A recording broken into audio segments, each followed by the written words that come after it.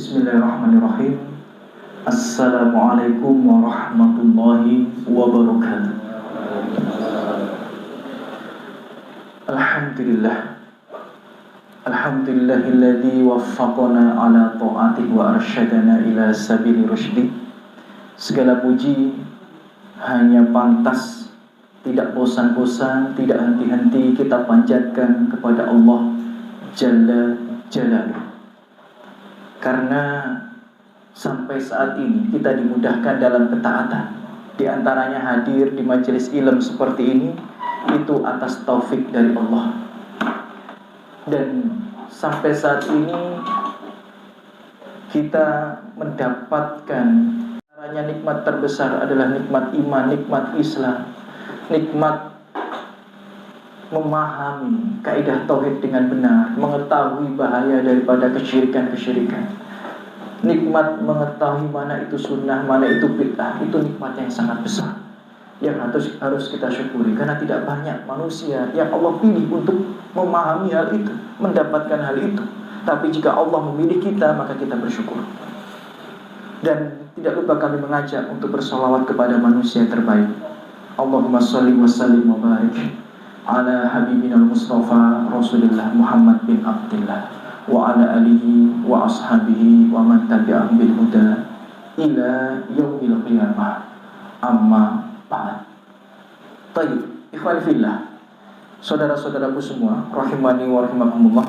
Sebelum kita mulai kajian kita pada malam hari ini di majelis yang semoga Allah berkahi ini, dan juga di rumah yang semoga Allah juga tambahkan keberkahan daripadanya, saya berdoa semoga hadirnya kita di sini Allah balas dengan sebaik-baiknya balasan. Allah angkat derajat kita dan menjadi sebab bergugurnya dosa-dosa kita di sisi Allah Subhanahu wa taala. Amin ya rabbal alamin. Baik, ikhwati fillah, saudara-saudaraku semua, rahimani wa rahimakumullah, ya. Kajian kita pada malam hari ini temanya adalah dengannya masuk surga menjadi lebih mudah, ya. Jadi tema kajian kita pada malam hari ini adalah dengannya masuk surga menjadi lebih mudah. Tentu saja ikhwani fillah atau ikhwani fillah rahimani wa rahimakumullah, yang dimaksud dengannya di sini adalah dengan ilmu agama. Dengan ilmu agama, langkah kita untuk mendekat ke surga itu prosentasenya itu sangat besar. Dan sebaliknya, tanpa ilmu agama, dikhawatirkan kemungkinan masuk ke dalam surga itu kecil. Dan itu yang akan kita bahas pada kurang lebih 45 menit ke depan, yang semoga Allah berikan taufik dan kemudahan. Dalam sebuah hadis yang mungkin hampir setiap kita pernah mendengarnya, hampir setiap ustadz pernah menyampaikannya. Dalam hadis yang sahih, Rasulullah bersabda, "Man salaka thoriqan yaltamisu fihi ilman, sahhalallahu lahu bihi thoriqan ilal jannah." Yang artinya apa? Barang siapa yang menempuh jalan untuk menuntut ilmu agama, seperti hadir di majelis ilmu seperti ini, ya, apa janji Allah Subhanahu wa taala? Ya, akan Allah mudahkan jalannya untuk masuk surga. Jadi kalau pengen gampang masuk surga, ya harus belajar ilmu agama. Harus. Ya. Karena dengan mempelajari ilmu agama, peluang masuk surga kita itu akan sangat terbuka lebar, sangat besar. Saya berikan contoh. Ya, saya berikan contoh. Jika kita belajar ilmu tentang tauhid, jika kita belajar ilmu tentang bahaya syirik dan macam-macam syirik, satu bab ilmu itu, ya, tauhid, ya, bagaimana mentauhidkan Allah dengan benar, apa itu macam-macam kesyirikan, bahayanya, dan bagaimana kita berlepas diri daripadanya, itu kita pelajari saja. Surga itu sudah wajib bagi kita. seburuk apapun kita. Seburuk apapun kita. Karena Rasulullah bersabda dalam sebuah hadis, man mata wa akhiru kalamihi la ilaha illallah. Ya. Siapa yang mati dan ketika dia meninggal dunia, dia mengikrarkan kalimat la ilaha illallah.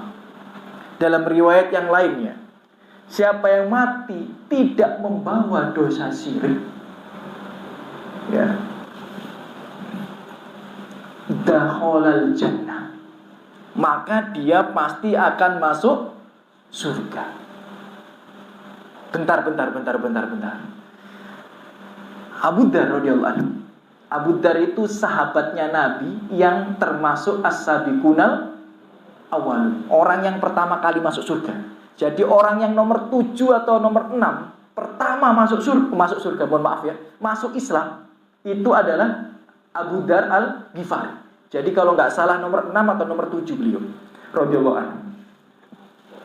Abu Dzar mendengar pernyataan Rasulullah ini agak ragu. Bagaimana mungkin orang hanya dengan mentauhidkan Allah tidak membawa dosa syirik masuk surga? Maka Abu Dzar bertanya, ya Rasulullah, wa in zana wa in saroko, bagaimana kalau dia itu pezina? Bagaimana jika dia itu pencuri?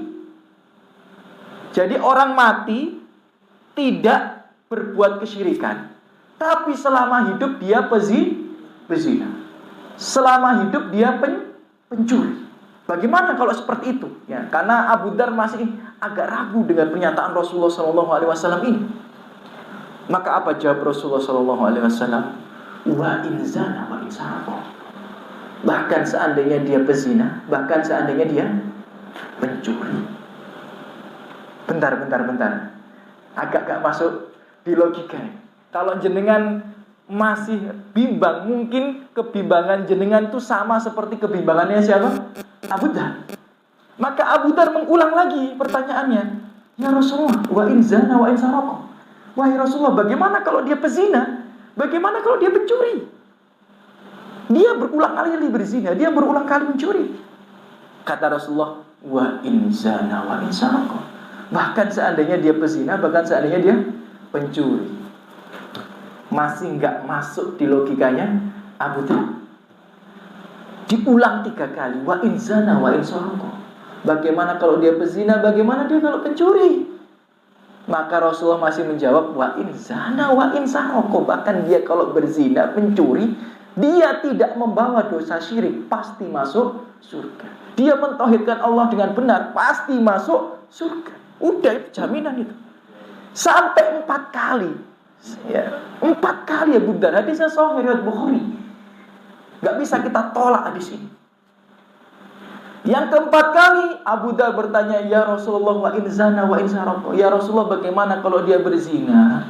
Bagaimana kalau dia itu pencuri? Terakhir ditutup dengan pernyataan Rasulullah biar gak tanya lagi Abu Dzar. Ya. Apa kata Rasulullah SAW? Wa in zana wa in sarqa wa ala rogni anfil abidarin.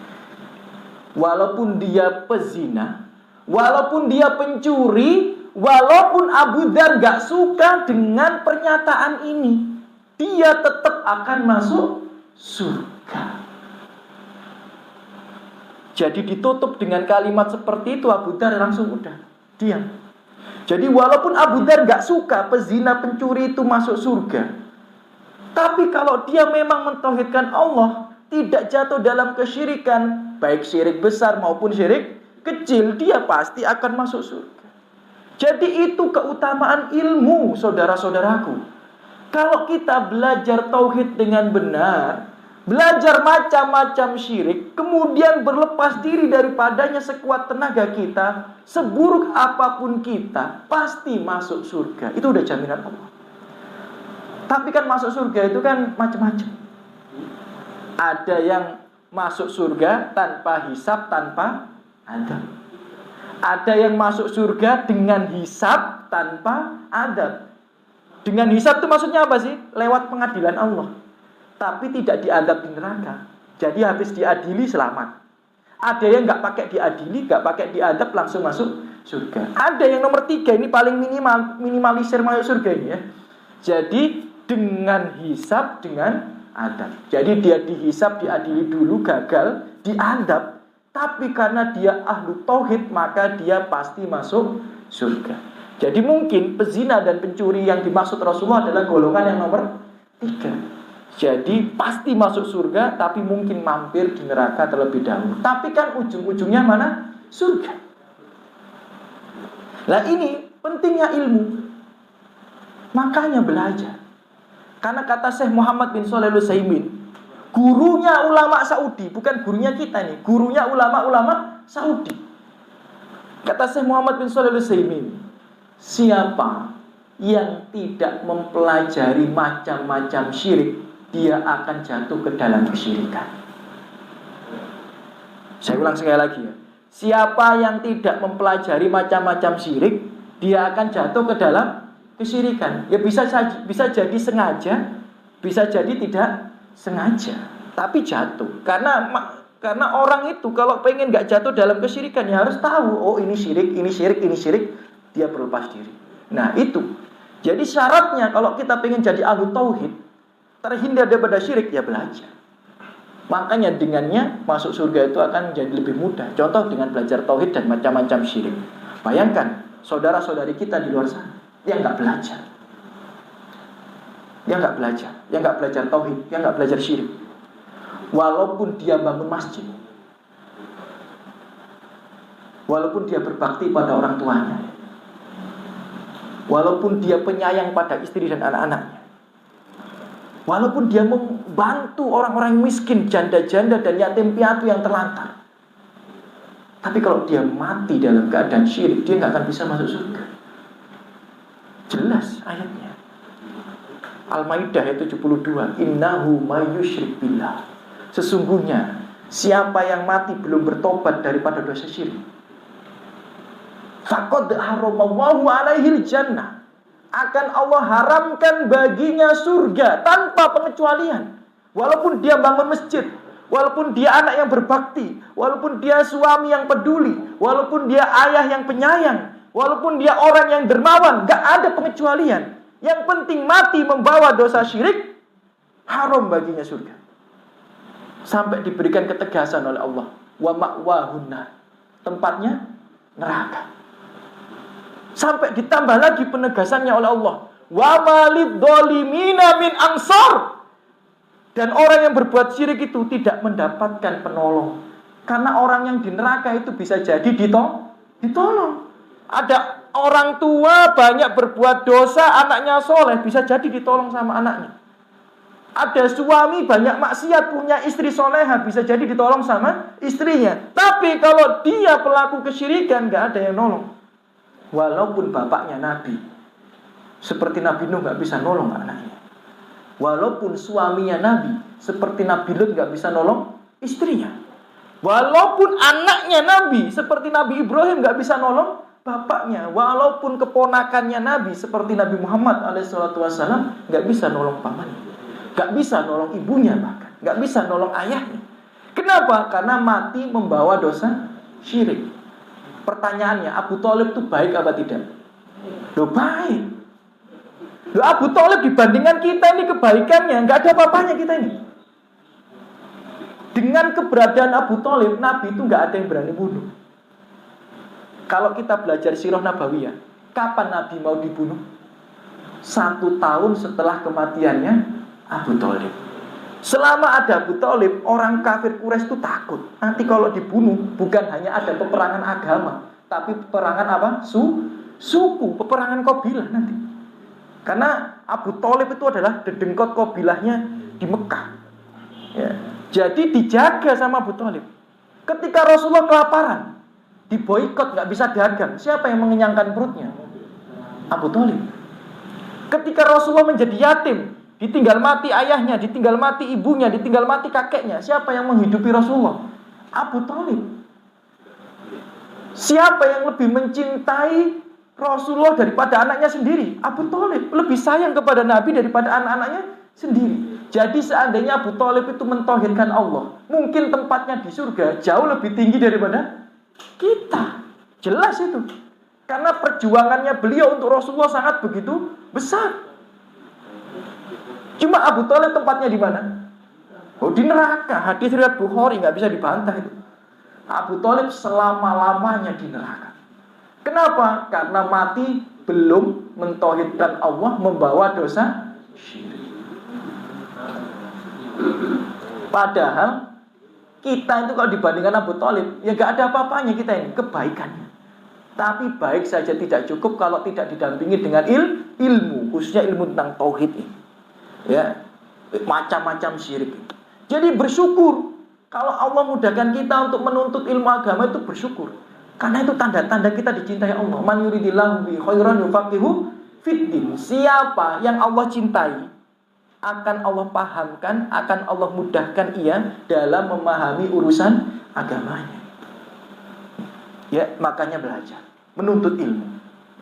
Karena seperti perkataan saya Muhammad Shalih Utsaimin tadi, tidak bosan kami ulang. Siapa yang tidak belajar macam-macam syirik, dia akan jatuh ke dalam kesyirikan.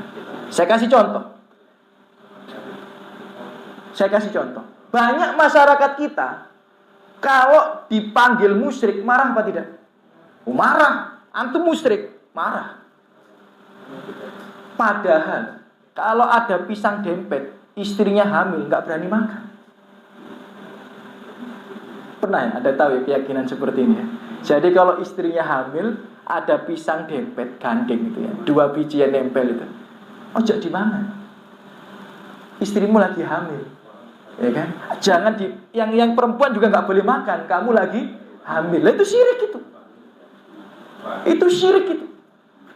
Kenapa? Karena meyakini ada kesialan yang tidak ada hujahnya. Itu namanya tatoyur. Walaupun sebagian mengatakan syirik kecil, tapi termasuk syirik. Banyak nggak yang percaya seperti itu? Banyak. Kalau dibilang kamu musyrik, marah dia. Padahal nggak tahu dia bahwa itu adalah kesyirikan. Karena ada orang jatuh ke dalam kesyirikan bukan karena pengen jadi musyrik, bukan. Tapi karena tidak tahu bahwa itu adalah syirik. Ada burung bunyi ngek-ngek, ada orang mati, syirik itu. Kejatuhan cicak sial, syirik itu.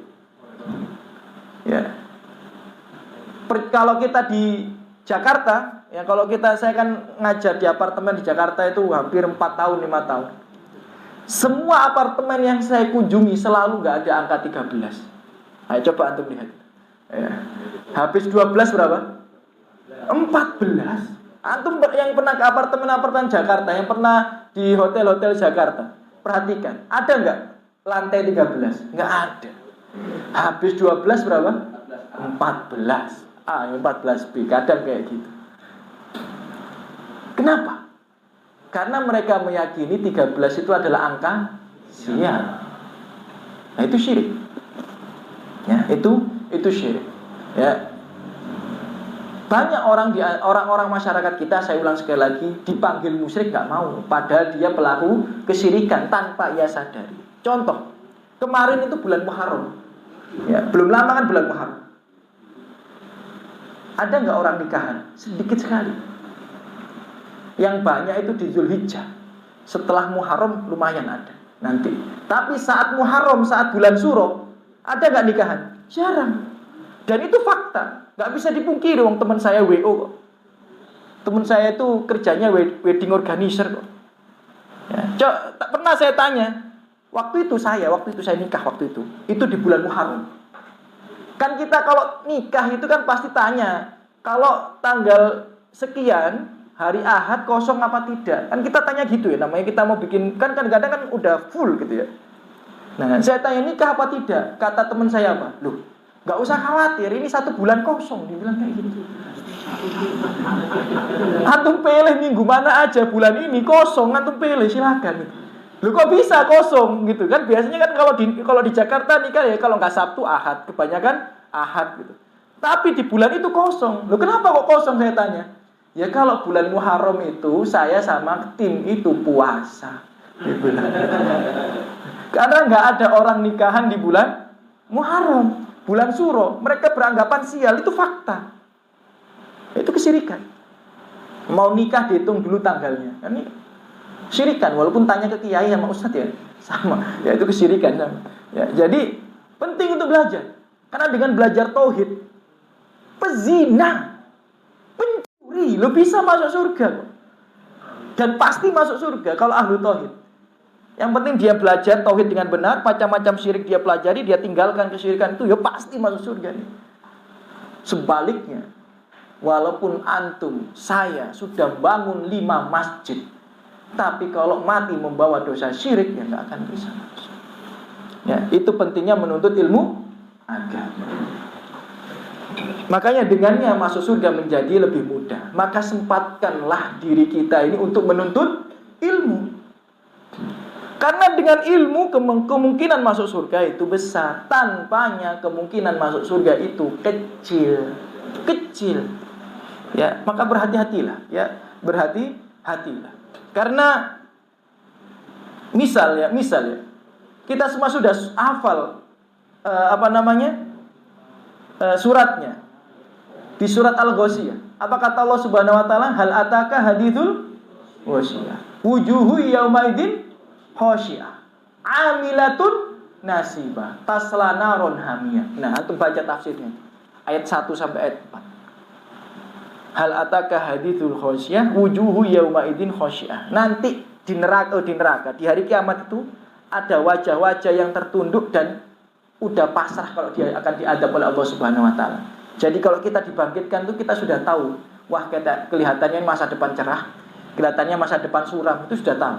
Karena orang itu dibangkitkan sesuai dengan kadar keimanannya. Ada yang cerah, bersinar, seger, ada yang suram, ada yang nggak punya wajah, ada yang bahkan kepalanya itu nggak bisa diangkat dari tanah. Itu ada riwayatnya semua, macam-macam. Jadi orang itu kalau dibangkitkan sudah bisa nebak, ini masa depan cerah, itu masa depan suram. Nah, nanti untuk orang-orang yang masa depannya suram tadi itu, yang tertunduk lesu, sudah pasrah gitu ya, dikatakan amilatun nasibah. Dulu di dunia dia amalnya banyak. Tasla naron hamiyah. Tapi dimasukkan ke dalam neraka. Itu menunjukkan ada manusia-manusia selama hidup di dunia amalnya banyak tapi tempatnya di neraka. Di surat Al-Ghasyiyah itu. Apa sebabnya? Bisa jadi karena riya. Beribadah bukan karena Allah. Ya, sholat ke masjid bukan karena Allah, cuma karena sungkan kalau enggak sholat di masjid. Ya, datang ke pengajian bukan karena Allah, menuntut ilmu bukan karena Allah. Ya, bertutur lemah lembut bukan karena Allah, tapi hanya untuk dipuji oleh manusia. Nah, ini pelaku riya ini sia-sia amalnya. Yang kedua, mereka yang tidak mengikuti ya tuntunan Rasulullah SAW. Capek tapi nggak dapat apa-apa. Ya, contoh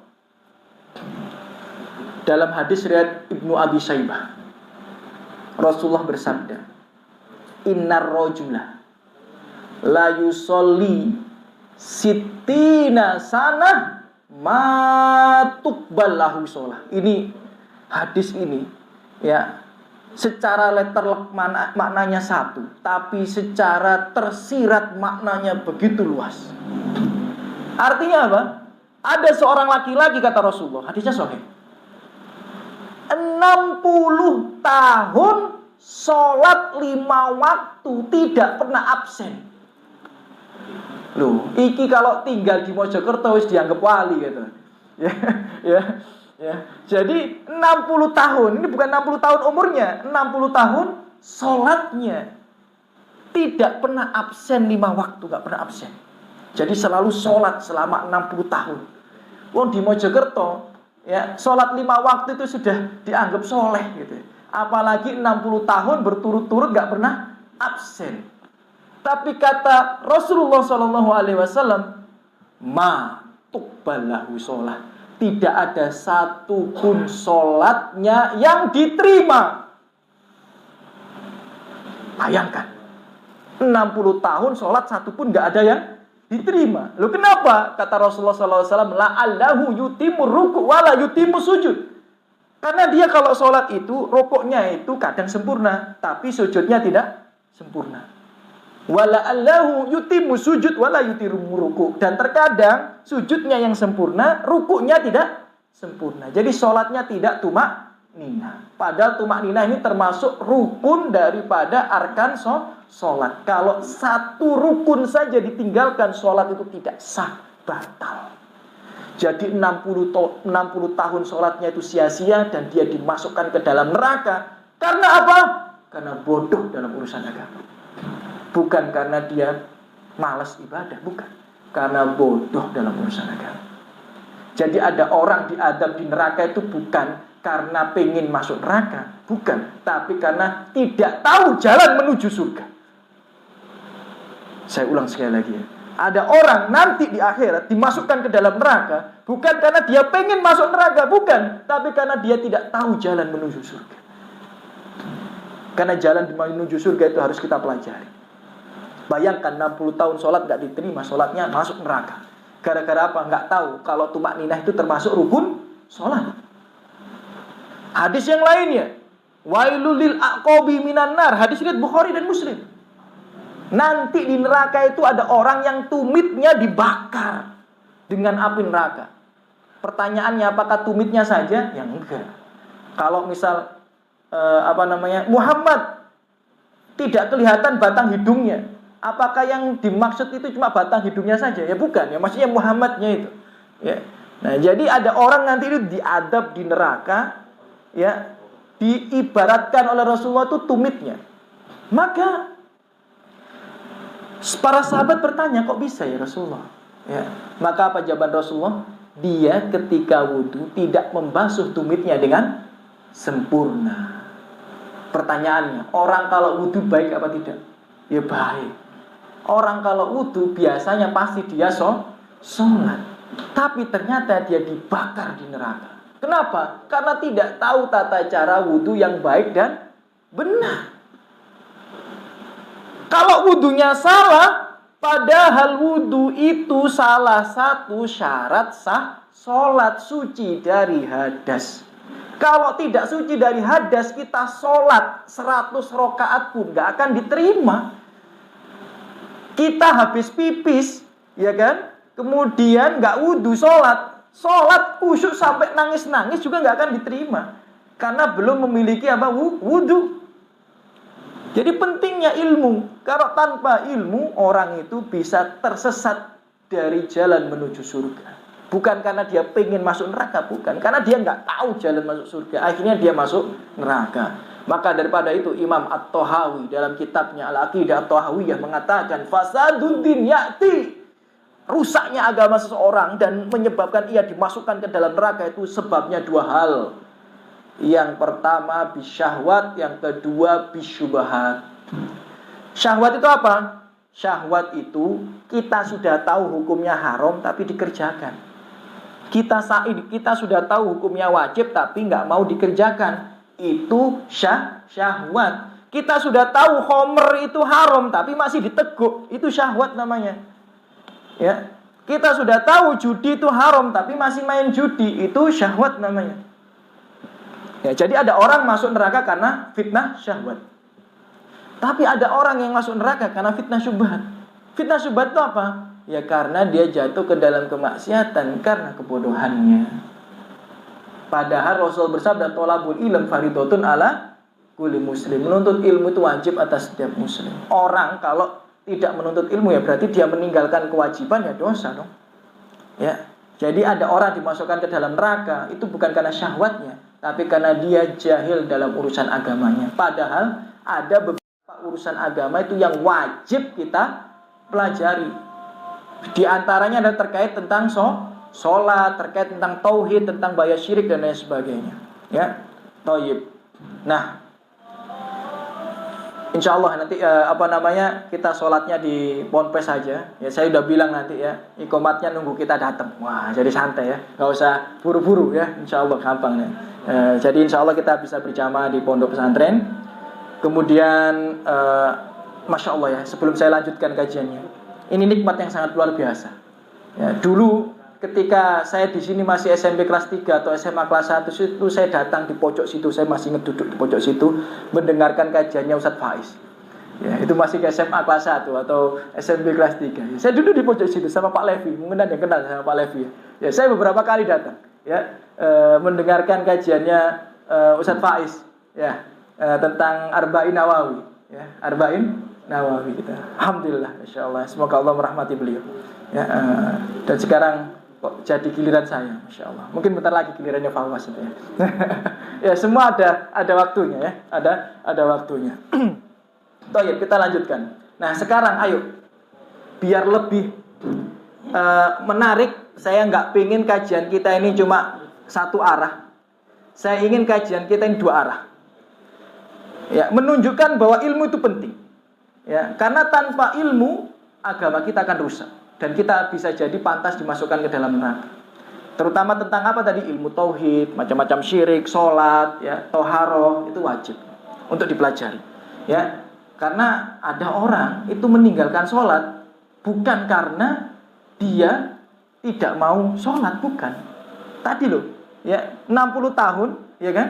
Ya kan? Dia itu sholat, bukan meninggalkan sholat, tapi masuk neraka. Kenapa? Karena nggak tahu ilmunya. Maka daripada itu, orang yang meninggalkan sholat sudah ada dalilnya. Pasti dia di neraka, sudah ada dalilnya. Ya, di surat Al-Mudaththir itu, ketika penghuni surga mengunjungi neraka, ditanya penghuni neraka, masalakakum fisakor, apa yang menyebabkan umat dibakar di dalam neraka sakor ini? Jawaban mereka apa? Qalu lam naku minal musholin. Dulu kami meninggalkan sholat. Nah, kalau ini kita semua sepakat, orang yang nggak sholat di neraka ya wajar loh nggak sholat, kan gitu.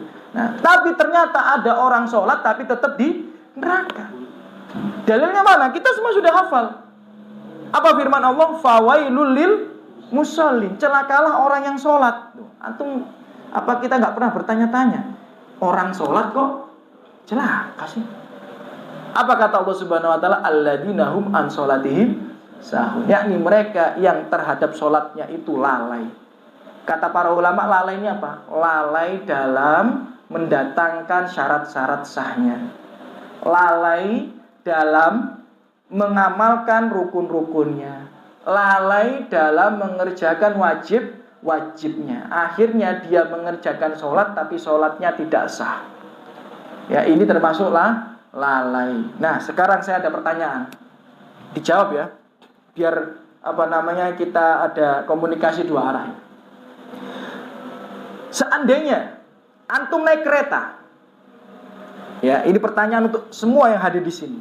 Ya, jika posisi anda adalah orang yang naik kereta dari Surabaya menuju Jakarta, dari Surabaya menuju Jakarta, keretanya jam 11 siang berangkat. Kurang lebih sini Jakarta kan 11 jaman. Ya. Berarti sampai sana ya anggap saja berarti jam setengah 11 sampai. Ya, jadi jam 11 siang kita berangkat, sampai Jakarta jam setengah 11 malam. Anggap saja turun kereta beres-beres 15 menit, ya kan? Berarti kita keluar dari kereta dalam artian sampai di sebelum pintu keluar itu berapa? Jam 11 kurang seperempat. Nah, pertanyaannya harus ada yang jawab ini. Ya, salah nggak apa-apa, kita belajar. Bagaimana sholat antum seandainya antum berada di posisi itu? Bagaimana, Pak? Apanya yang jama kosor? Maksudnya posisi sholatnya atau waktunya? Ya, misal duhur asar bagaimana caranya? Ya, duhur sama asar digabung, kemudian masing-masing digosok berapa? Di mana? Ya, di kereta. Di kereta. Ya. Oke. Terus? Kalau menurut riwayat dalam sebuah riwayat yang sahih, selama itu sholat fardu, maka dilakukan seperti tata caranya. Misalnya kalau dengan berdiri berdiri, kecuali kalau dengan sholat sunnah baru boleh dengan duduk. Oke, nah berarti kalau ada tempat untuk berdiri berdiri. Ya. Kalau nggak ada berarti duduk ya duduk. Oke. Sebaiknya berdiri karena di kereta itu pasti ada musolanya. Ada yang nggak ada. Ada yang nggak ada. Iya, oke, toib. Sekarang maghrib isanya? Ya tetap coba kosor, cuma kalau maghrib kan 3 rakaat, sehingga tidak bisa di. Iya. Terus isanya? 2 rakaat. Ya, di mana? Ya seperti tadi. Di mana? Di atas kereta. Loh, enggak kan dia sudah turun kereta. Oh, tadi berarti di atas kereta sholatnya. Kan misalnya kan kalau dikonversi kan kira-kira jam setengah 8 dari Jakarta. Ya. Jadi kalau kita sholat maghrib, jamak kosor kan masih memenuhi syarat. Tapi kalau kita turun dari kereta ya sudah tidak ada kewajiban itu lagi, tidak ada syarat itu. Kalau seandainya di kereta tidak ada tempat untuk berdiri, nggak ada musolanya, karena yang ada musolanya biasanya 1 jutaan yang eksekutif. Ya di sela-sela tempat duduk itu tempat lewat kan bisa. Tidak menghadap kiblat. Kalau kendaraannya sesuai dengan Oke, toyib. Itu ya. Nah, ada lagi? Setuju, sepakat dengan ini? Ada yang nggak sepakat? Setuju. Ada yang nggak sepakat? Silakan, Mas Fawas. Maghrib isanya pas turun. Maghrib isanya pas turun. Di mana? Kan di stasiun ada lagi. Di stasiun. Kenapa nggak di rumah? Ya boleh juga. Oh, boleh juga. Boleh juga itu. Ada lagi? Kenapa kok di stasiun pas turun? Kenapa nggak di kereta? Karena kan musafir di Keringanan, oke. Ada lagi Pak? Sampun sepakat ya? Mas Sawa sama Pak Jarod. Pak Sentot ya. Ini kalau menurut mayoritas ulama yang tepat ya adalah yang menurut mayoritas ulama ya. Nah, nggak tahu jenengan ikut mayoritas ulama atau tidak. Kalau jenengan ikut mayoritas ulama, pendapat yang paling tepat adalah ketika jenengan punya jadwal kereta Surabaya Jakarta, ya kan? Surabaya Jakarta jam 11 siang berangkat, jam 11 kurang seperempat turun dari kereta. Dalam artian barang-barang udah diambil semua turun dari kereta. Pendapat yang tepat dari mayoritas ulama adalah Anda melakukan sholat jamak qashar di kereta pasti. Ya, kenapa? Karena asar tidak mungkin. Karena asar itu pasti tetap di kereta waktu asar. Bagaimana? Jika bisa dilakukan dengan berdiri ya berdiri. Jika tidak bisa ya maka tidak boleh dilakukan dengan, maksudnya kalau tidak bisa dengan berdiri ya duduk gitu. Tapi kalau masih bisa berdiri ya berdiri. Karena kereta saya bilang tadi yang eksekutif itu ada yang tempat musolahnya. Tapi kalau yang cuma bisnis ekonomi itu nggak ada. Ya bisnis ekonomi nggak ada. Mau nggak mau bagaimana? Ya sholat dengan duduk. Ya sholat dengan duduk. Terus bagaimana tentang maghrib dan isya? Karena itu tadi kan darurat. Karena ketika kita sampai itu belum turun itu belum mohon maaf ya asarnya sudah selesai gitu. Nah terus bagaimana dengan maghrib dan isya? Pendapat yang paling kuat adalah turun dan sholat di stasiun. Tapi nggak boleh sholat di rumah. Itu pendapat mayoritas ulama. Mengapa? Pertama, syarat sah sholat itu adalah berdiri, menghadap kiblat. Itu syarat sah sholat. Sedangkan berdiri itu termasuk rukun sholat. Ya, jadi kalau masih bisa menghadap kiblat dengan dijamak, maka jangan menyelisihi kiblat dengan tidak dijamak. Paham maksudnya? Tadi kan masih bisa dijamak. Jadi turun aja, jangan di kereta karena di kereta susah untuk menghadap kiblat. Jadi turun. Nah, ketika turun, apakah boleh sholat di rumah? Nggak boleh. Kenapa jawabannya? Kenapa kok harus di stasiun? Karena mayoritas ulama berpendapat waktu isya itu hanya terbentang sampai tengah malam, bukan sampai duhur. Itu pendapat Syafi'i, pendapat Hambali, dan mayoritas ulama yang lainnya. Sedangkan Hanafi itu berpendapat terbentang sampai subuh. Kan saya bilang tadi ini sholat menurut mayoritas ulama. Ya, kalau jenengan menyelisih mayoritas ulama ya silakan. Ya, kalau jenengan menyelisih mayoritas ulama ya silakan. Ini hadisnya riwayat Nasai. Ya, ini hadisnya riwayat Muslim juga. Ya, misal hadis riwayat Muslim ini dikatakan dari riwayat Abdullah bin Amr, waktu sholatil isya ila nisfil laili al-awsat. Waktu sholat isya, ini hadis riwayat Muslim ya sahih. Itu hanya terbentang sampai pertengahan malam. Jadi pertengahan malam itu jam berapa? Kalau maghribnya jam 6, biar gampang hitungnya ya. Maghribnya jam 6, subuhnya jam 4, berarti itu kan 10 jam. Pertengahan malam berarti ditambah 5 jam. Berarti jam 6 ditambah 5 cuma sampai jam 11. Cuma sampai jam berapa? Jam 11. Jadi di atas jam 11 menurut mayoritas ulama, ya, menurut mayoritas ulama itu sudah keluar dari waktu sholat isya. Ya, yang sampai subuh itu pendapatnya Ibnu Abbas, pendapatnya Ibnu Mundir dan Syaukani itu sampai subuh. Ya, ada yang mengatakan sampai subuh, ada memang, tapi yang mayoritas mengatakan sampai pertengahan malam. Jadi turun di stasiun sholat. Ya, karena ada space waktu kurang lebih 45 menit tadi. Ya, sholat di stasiun. Nggak bisa sholat di rumah. Kenapa? Karena lebih dari pertengahan malam. Nah, itu pentingnya belajar. Kenapa? Karena salah satu syarat sah sholat itu adalah duhulul waqt, yakni masuk waktu. Jadi kalau kita sholat subuh jam 4 ya nggak diterima sholat subuh kita. Kita sholat subuh jam 7 tanpa alasan, maksudnya ditunda-tunda ya, kecuali kalau ketiduran ya nggak apa-apa. Tapi kalau ditunda-tunda sampai jam 7 pagi ya nggak sah sholat kita. Karena salah satu syarat sah sholat adalah duhulul waqt. Dan itu penting untuk belajar ya. Dan masalah-masalah sholat yang lain itu penting, karena terkadang kita ini jatuh dalam kesalahan sholat bukan karena kita tidak mau melaksanakan sholat, tapi karena jahil dalam urusan sholat. Misal ya, ini yang paling riskan. Belum lama ada perempuan tanya ke saya, Ustadz, saya keguguran terus keluar darah, masa batas masa nifas saya berapa lama? Dia tanyanya seperti itu. Nah ini ternyata kalau nggak belajar, ini eman Bapak Ibu. Ya, kok bisa?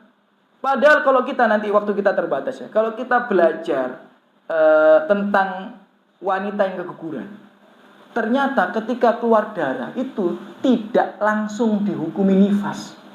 Kalau wanita nifas berarti dia boleh meninggalkan sholat, atau bahkan wajib meninggalkan sholat, meninggalkan puasa. Tapi kalau wanita keguguran itu tergantung masa kehamilan. Ya, ini nanti bisa dibaca dalam fatwa para ulama dan bab tentang nifas, bab tentang keguguran di kitab-kitab fikih. Tapi jarang disampaikan oleh ustadz-ustadz kita. Padahal wanita kalau hamil keguguran itu dihitung masa hamilnya. Kalau kurang dari 80 hari, walaupun keluar darah, tidak dihukumi nifas. Jadi dihukumi istihadah. Dia tetap wajib sholat, tetap wajib puasa, boleh jima sama suaminya. Itu pendapat mayoritas ulama. Kalau hamilnya kapan? Belum lebih dari 80 hari. Kalau hamilnya lebih dari 120 hari, keguguran, maka dihukumi nifas. Nifas itu bagaimana aturannya? Ya, tidak ada batas minimal. Selama sudah kering maka dihukumi suci. Tapi ada batas maksimal. Lebih dari 40 hari dihukumi suci walaupun masih keluar darah. Kapan? Kalau keguguran umurnya lebih dari 120 hari. Kalau di antara 80 sampai 120 dilihat bentuk janinnya. Kan kalau keguguran, mohon maaf ya, kan janinnya keluar. Jika sudah ada bentuk kepala, tangan, dan kakinya walaupun kecil, maka dihukumi nifas. Tapi jika keluar dalam bentuk gumpalan, maka dihukumi istihadah. Istihadah itu apa? Darah penyakit. Dia tetap wajib sholat, dia tetap wajib puasa. Padahal banyak saudari-saudari kita di luar sana habis keguguran langsung tidak sholat, tidak puasa. Padahal baru umur 2 bulan ya, baru umur 90 hari, ternyata keluar itu masih dalam bentuk gumpalan. Itu tidak boleh meninggalkan sholat, haram, wajib sholat. Tapi ditinggalkan. Apakah karena dia malas? Tidak, karena tidak tahu hukumnya. Nah, jadi belajar itu penting, karena ada orang meninggalkan sholat bukan karena malas untuk mengerjakan sholat, karena tidak tahu akan ilmu tentang sholat. Bayangkan, ketika saya ngisi di Sidoarjo, ada orang yang sudah ngaji puluhan tahun. Terus saya membahas bab tentang darah wanita. Puluhan tahun dia sudah ngaji. Saya bahas tentang bab darah wanita. Ternyata kesinggung dia. Saya bahas tentang kalau wanita itu sudah keluar keputihan, walaupun ada flek, ya, maka flek itu bercak coklat, bercak kuning, maka dia wajib mandi junub, wajib sholat, wajib puasa. Walaupun masih ada flek kuning, flek coklat. Selama sudah keluar keputihan, dalam hadis riwayat Abu Dawud, selama ada keluar keputihan, flek coklat, flek kuning itu tidak berpengaruh. Dia wajib mandi junub, dia wajib sholat, dia wajib puasa, boleh jima dengan suaminya, walaupun ada bercak coklat, bercak kuning. Ya, Kunna la na'uddu al-qudrah wa sufra ba'da tuhri syai'. Dalam hadis Abu Daud, kami dulu tidak pernah menghitung setelah keputihan itu, walaupun ada bercak kuning, ada bercak coklat, setelah haid itu, setelah ada keluar keputihan, nggak kami hitung, nggak kami anggap. Jadi mereka mandi junub, zaman Rasulullah ini sahabat wanita itu, kemudian puasa, kemudian sholat seandainya di bulan Ramadan, dan boleh jima dengan suaminya. Saya ngisi kajian ini, ada orang wanita yang sudah ngaji puluhan tahun, kemudian dia bilang, Ustadz, saya dari dulu pertama nikah sampai sekarang, setiap habis keputihan itu selalu ada satu hari flek. Dari awal nikah, anaknya sudah SMA. Berarti ya sampun sepuh kan ya. Ya, maksudnya 40-an ya. Ya. Dari awal nikah itu selalu habis keputihan itu ada flek selama satu hari. Saya tanyakan pada suami saya, Mas, kok aku masih ada flek ya? Ini saya sholat apa tidak? Apa jawab suaminya? Tunggu aja sampai bersih. Jadi dari awal nikah sampai sekarang bisa dihitung mungkin 20 tahun. Setiap haid, ya, setiap selesai suci yang harusnya dia sholat 5 waktu, dia tidak sholat. Karena apa? Karena jahil dalam urusan agama. 1 bulan 1 sholat 1 hari, berarti 5 sholat. 1 tahun berarti dikalikan 12. Berapa? 60 sholat. Kali 20 tahun berarti berapa? 1200 sholat. Ditinggalkan apa? Karena dia malas? Ya enggak, dia cadaran, suaminya jenggotan. Ya pasti sholat dia. Apakah dia malas sholat? Enggak. Kenapa kok meninggalkan sholat? Karena tidak tahu ilmu tentang sholat. Ya, maka daripada itu benar kata Rasulullah, siapa yang menuntut ilmu agama akan mudah jalannya masuk surga. Sebaliknya, siapa yang enggak menuntut ilmu agama akan susah payah dia jalannya untuk masuk surga. Bukan karena dia tidak baik, bukan. Karena dia tidak tahu jalan untuk menuju surga. Nah, itu mungkin sedikit yang bisa kami sampaikan, tidak terasa ya. 50 menit kita bersama ya. Jadi itu tentang pembahasan ya, dengannya masuk surga menjadi lebih mudah. Maksudnya apa? Dengan menuntut ilmu agama. Ya, ini baru sebagai motivasi saja. Ya, karena dengan menuntut ilmu agama kita memahami cara untuk masuk surga, maka insya Allah peluang kita besar. Tanpa belajar ilmu agama kita bisa jatuh ke dalam kemaksiatan karena kebodohan kita. Bukan karena keinginan, tapi karena kebodohan, karena keteledoran. Dan banyak macam-macam yang lain yang nggak bisa kami sebutkan semua. Tadi itu hanya sekedar contoh dan lain sebagainya. Ya, sekedar contoh dan lain sebagainya. Dan banyak contoh-contoh yang lainnya. Maka nuntutlah ilmu agama, siapkan diri kita untuk menuntut ilmu agama 1 pekan sekali, 1 pekan 2 kali. Itu tentu ilmu yang penting, yang urgent, sehingga mengangkat kejahilan kita dan kita tidak masuk neraka karena fitnah syubhat, yakni karena kejahilan kita terhadap ilmu agama yang diwajibkan untuk kita pelajari. Aku qouli hadza, ya, saya mohon maaf apabila salah kata, sikap dan sebagainya itu kurang dari saya pribadi, lebihnya dari taufik Allah Subhanahu wa taala. Mungkin itu. Kita tutup atau bagaimana?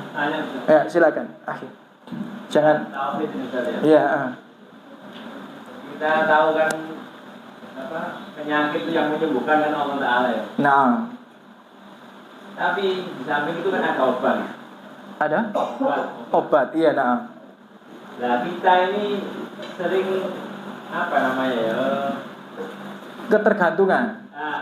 Meneliti. Kalau obat ini lebih lama sakitnya, sembuhnya. Kalau yang ini cepat sembuhnya. Nah, itu gimana? Sama sirik atau ya?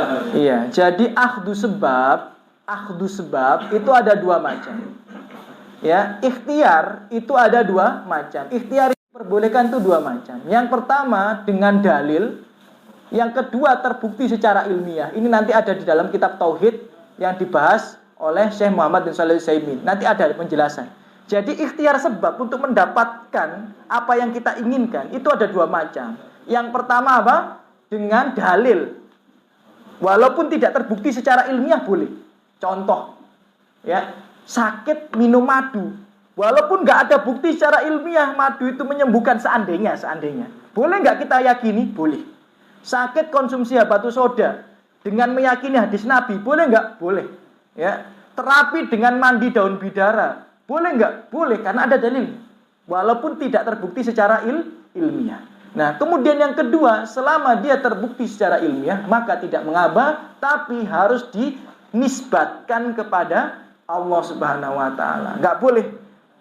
Oskadon ini buat kepalaku jadi tidak sakit lagi. Nah, itu nggak boleh. Itu membuka pintu kesyirikan. Karena yang membuat kepala kita ini hilang daripada sakitnya adalah Allah. Maka dengan izin Allah minum oskadon sembuh. Boleh.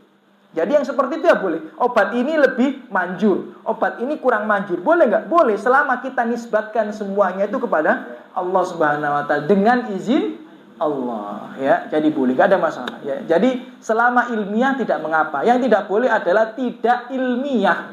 Kalau tidak ilmiah, ya. Jadi kalau ada pengobatan yang tidak ilmiah, ya nggak boleh. Kalau pengen sembuh, ya, kum nang danau apa, ya, telaga apa, nah itu nggak ilmiah, nah itu nggak boleh. Ya, jadi minum air kobokane Ponari, nah itu nggak ilmiah, nah itu nggak boleh gitu ya. Ya, tapi kalau ilmiah masih diperbolehkan dengan menisbatan kepada Allah Subhanahu wa taala. Tafadhol. Ya. Sampun? Ya. Kalau sudah, mungkin kita tutup, nanti kita bareng-bareng di pondok itu insya Allah masih menunggu kita untuk sholat berjamaah Isya. Biar tahu jenengan ya, alhamdulillah kami dengan keluarganya Abu Suhel dan yang lain sebagainya, alhamdulillah sudah merintis pondok dan sudah ada angkatan 1, ya semoga niat baik kami ini dibalas oleh Allah Subhanahu wa taala, bisa bermanfaat ya, khususnya untuk Mojokerto. Alhamdulillah, sholatu wassalamu ala Rasulillah. Ya, semoga yang hadir di sini Allah balas dengan sebaik-baiknya balasan, diangkat derajatnya, diampuni dosa-dosanya, dilimpahkan rahmat rezekinya, ya. Kemudian yang memiliki hutang dimudahkan untuk dilunasi semua hutang-hutangnya, diangkat masalah penyakit musibah yang menimpa dirinya maupun keluarganya, diberikan taufik, dimudahkan dalam ketaatan, diberikan hidayah untuk terus berada di atas kebenaran, diberikan rezeki husnul khotimah, dan dikumpulkan di surga Allah Subhanahu wa taala. Amin ya rabbal alamin. Kita tutup dengan doa kafaratul majelis. Subhanakallahumma bihamdika asyhadu an la ilaha illa anta astaghfiruka wa atubu ilaik. Assalamualaikum warahmatullahi wabarakatuh.